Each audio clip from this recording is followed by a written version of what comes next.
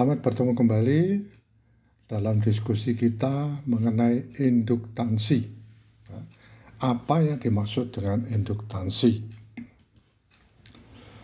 Induktansi dalam hal ini akan kita diskusikan adalah pengertiannya, satuan, simbol, dan rumus.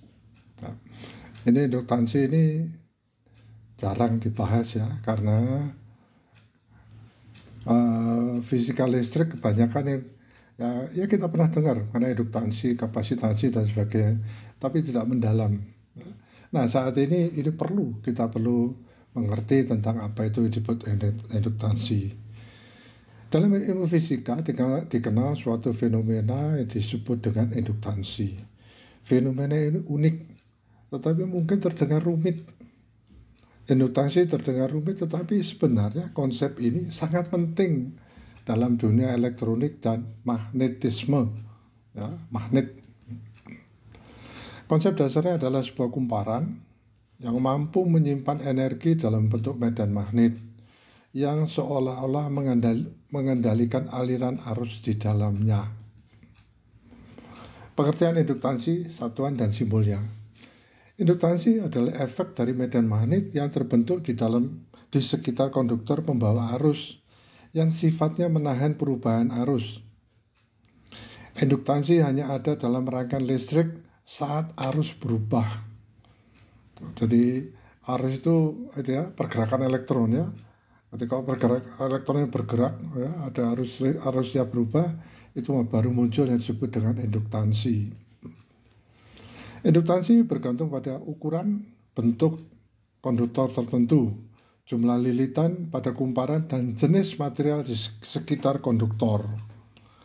Saat arus dalam sebuah kumparan berubah, medan magnet yang dihasilkan juga berubah, yang kemudian memunculkan EMF. Nah, ini pergerakan jadi gaya, ya.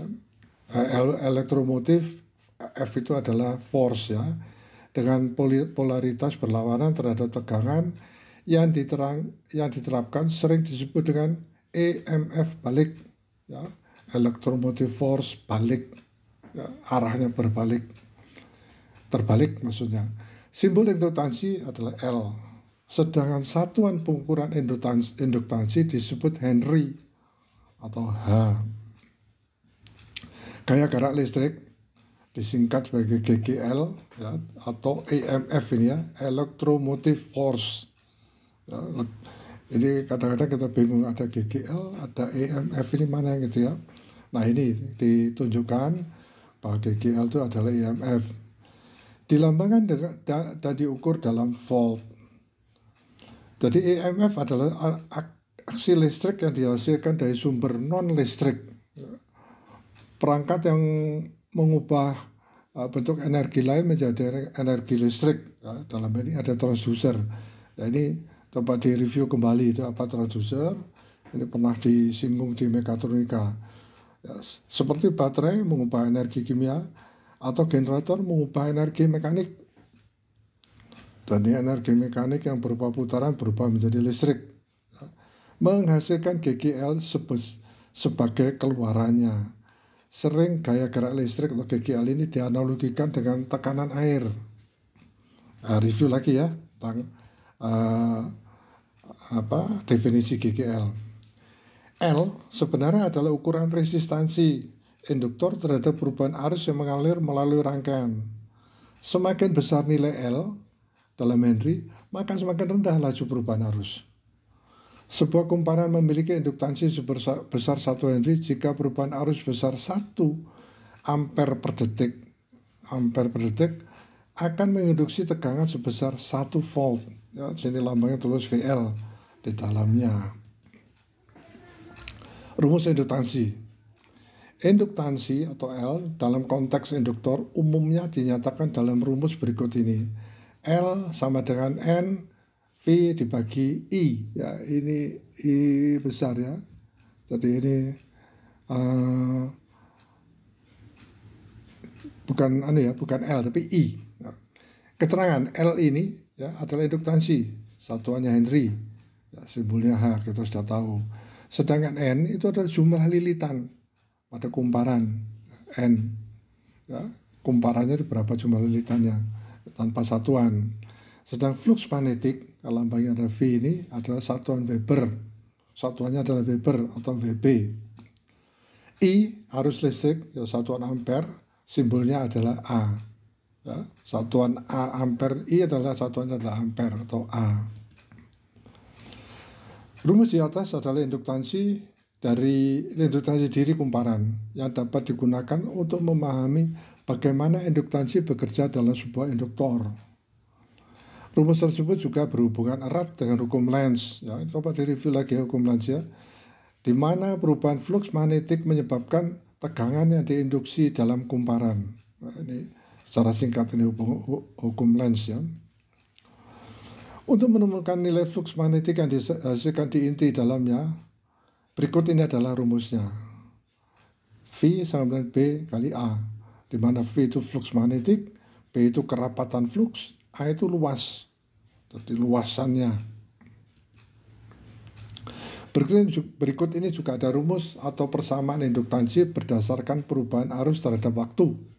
Ya, VL atau tegangan yang diinduksi, L itu adalah induktansinya, DI ini adalah laju perubahan arus ya, laju terhadap waktu ya, ampere per detik. Kemudian DT ini adalah sebenarnya waktu ya, jadi DT ini sama dengan DI per 1, jadi perubahan waktu maksudnya. Pada rumus di atas, DI adalah perubahan arus dalam ampere, sementara DT ini ya adalah waktu yang diperlukan untuk mengubah arus dalam satuan detik.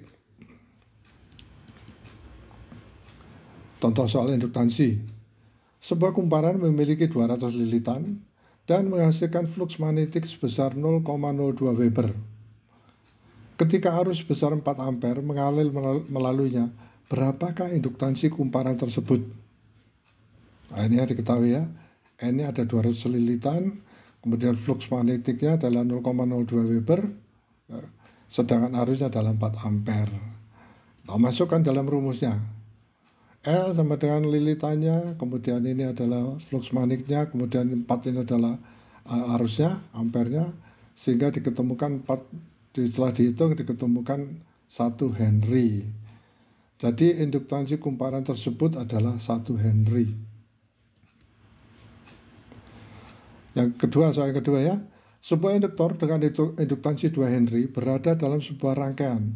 Jika arus melalui induktor berubah dengan laju 3 ampere per detik A per S ya, berapakah tegangan yang diinduksi di induktor tersebut?